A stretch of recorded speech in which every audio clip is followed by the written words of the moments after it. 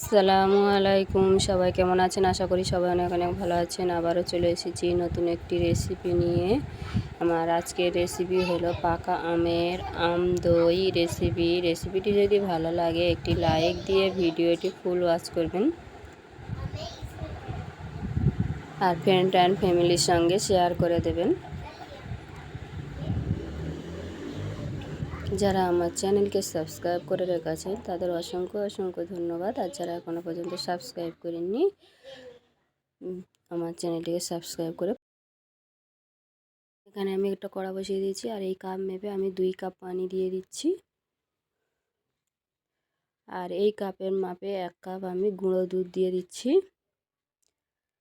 2 cup পানি 1 cup গুঁড়ো দুধ দিয়ে ভালো করে এইভাবে একটু মিক্স করে নেব। গরম হয়ে গেলে পানিটা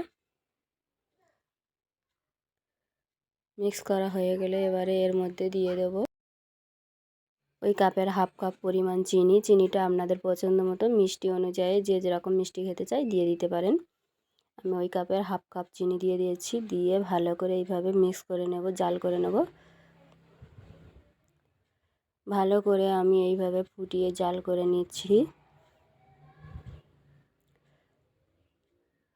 আমি এটা গুঁড়ো দুধে করছি, তাই বেশি জাল করব না আমি।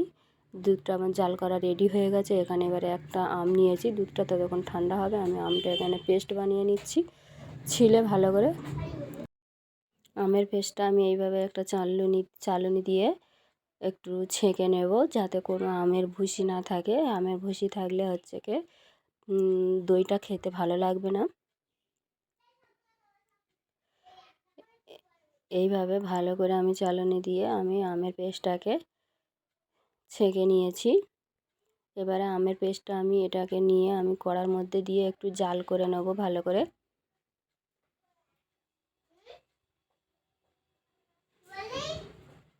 এইভাবে 3-4 মিনিট আমি এইভাবে জাল করে একটু শুকনো শুকনো করে নেব, আর কালারটা চেঞ্জ হয়ে আসবে। দেখুন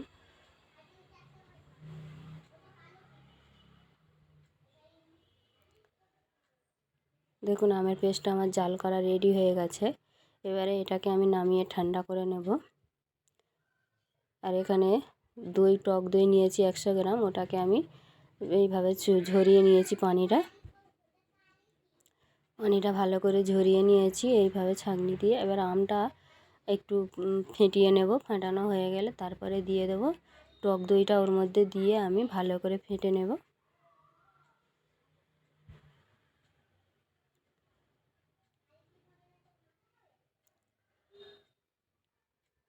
এখানে এবারে টক দইটা আমি এর মধ্যে দিয়ে দিচ্ছি। আর দই বসাতে গেলে টক দইটা একটু পানি ঝরিয়ে নেবে, তাহলে দইটাতে পানি ছাড়বে না, আর খুবই সুন্দর হবে দইটা। এইভাবে আমি রেডি করে পুরো ফেটিয়ে নিচ্ছি একসঙ্গে দই আর আম।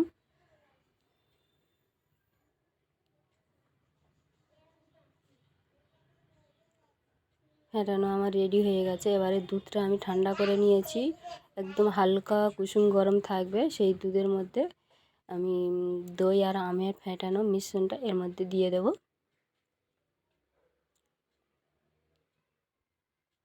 দেখুন আমি সবগুলো দিয়ে দিয়েছি। দিয়ে এইভাবে ভালো করে মিক্স করে নেব, নেড়ে চেড়ে।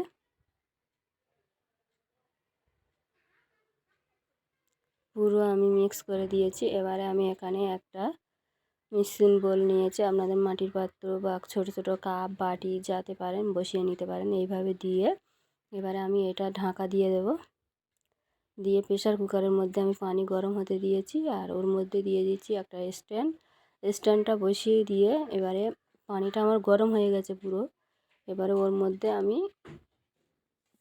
দইয়ের বাটিটা বসিয়ে দিয়েছি। দিয়ে এটাকে আমি ঢাকা দিয়ে দেব। দিয়ে প্রেসার কুকারের ঢাকনাটা আমি মুড়ে দেব। এইভাবে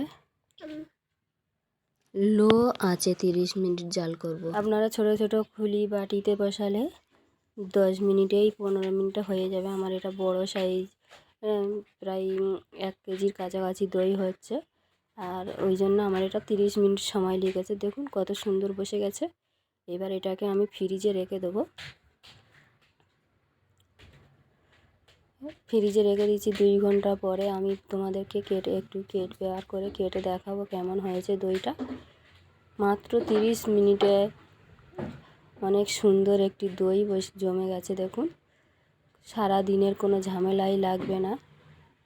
দেখুন কত সুন্দর হয়েছে দইটা, আর খেতে অসম্ভব টেস্টি। একবার হলে ওইভাবে বাড়িতে বানিয়ে দেখবেন, আর ভালো লাগলে কেমন হয়েছে আমাকে কমেন্ট করে জানাবেন।